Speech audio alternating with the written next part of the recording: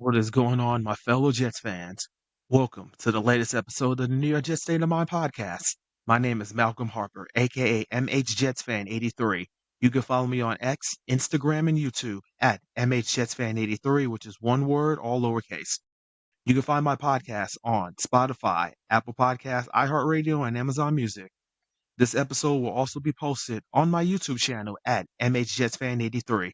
Before I get to the latest Jets news, injuries, and previewing the Week 14 matchup against the Miami Dolphins in South Florida, if y'all can do me a huge favor and share this podcast with my and also my social media accounts with other Jets fans, that would be greatly appreciated.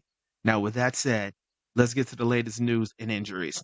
As far as the latest news goes, I did mention in my last episode of my podcast that Izzy Anaconda was actually released by the Jets. Well, earlier this week, he was actually picked off waivers to the San Francisco 49ers. He has been inactive in all 12 games this season.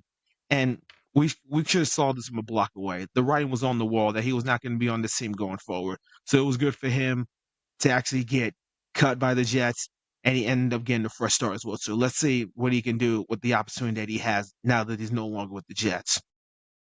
On the Flight Deck podcast with Rich Samini, who covers the Jets for ESPN, he did say that Mike Vrabel's open to be the head coach of the New York Jets if the GM is there.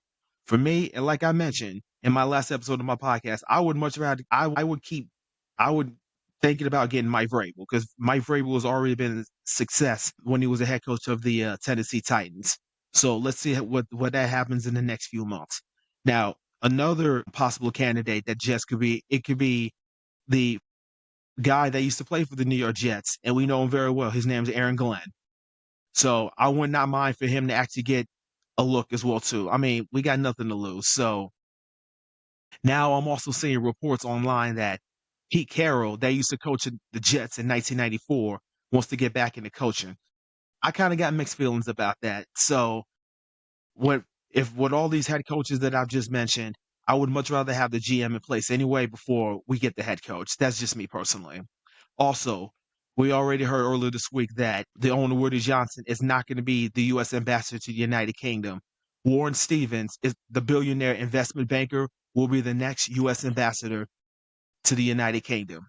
And now let's go to the injuries for a second. C.J. Mosley is going to be out for this game. Not only is going to be out, he just been put on IR, which that will basically end his Jets tenure.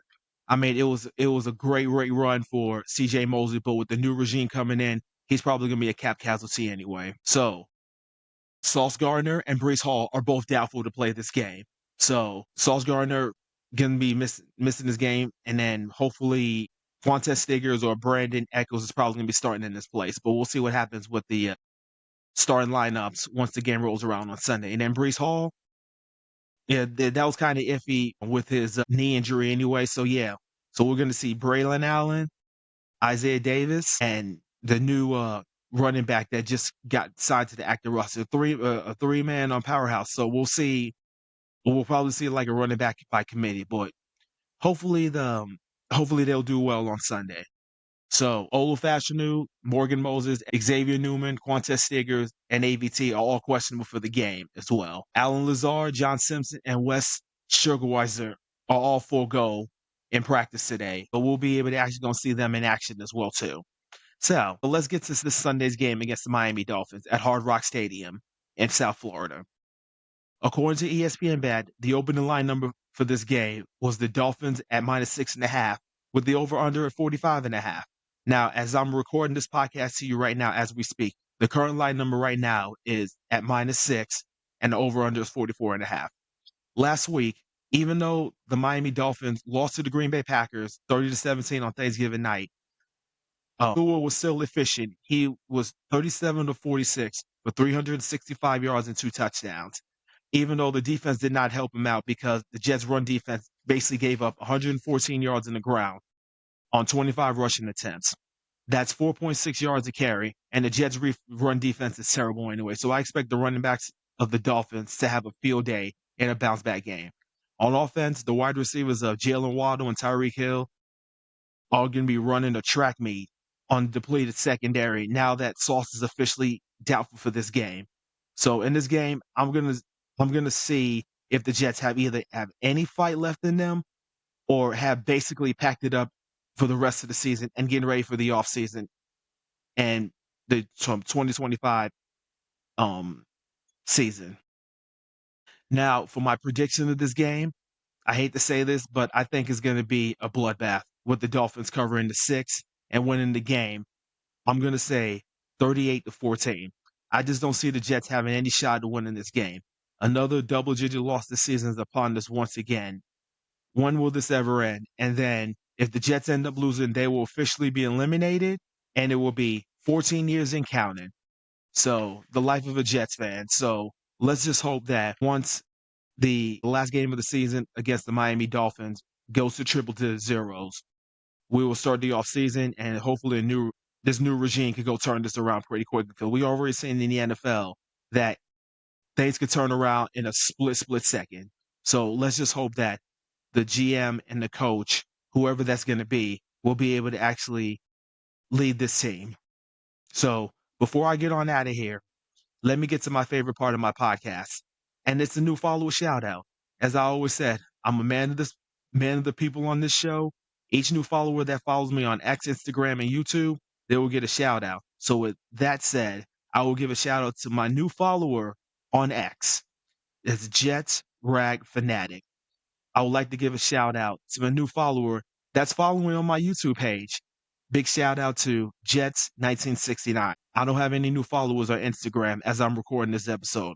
With that said, I need more followers. That's the only way that this channel was going to grow. So, with that said, I am signing off. I cannot thank you enough for supporting me on this podcast. If you listen to this podcast for the first time, do me a huge favor, and wherever you're listening at, and wherever your device that you're listening on, please go to X, Instagram, and YouTube, or YouTube, or go to the search box and type in my name at MHJetsFan83, which is one word, all lowercase. I will be posting this episode on Spotify, Apple Podcasts, iHeartRadio, and Amazon Music. I will be posting this video also on my YouTube page as well. So with that said, I'm going to be back next week to actually break down what happened. So, my fellow Jets fans, as I mentioned, we got 5 more games of this left, and it's finally going to be all over after another lost season with high expectations never ended up happening. So with that said, you guys enjoy the rest of your weekend. And as always, JETS, Jets, Jets, Jets. Take care and God bless.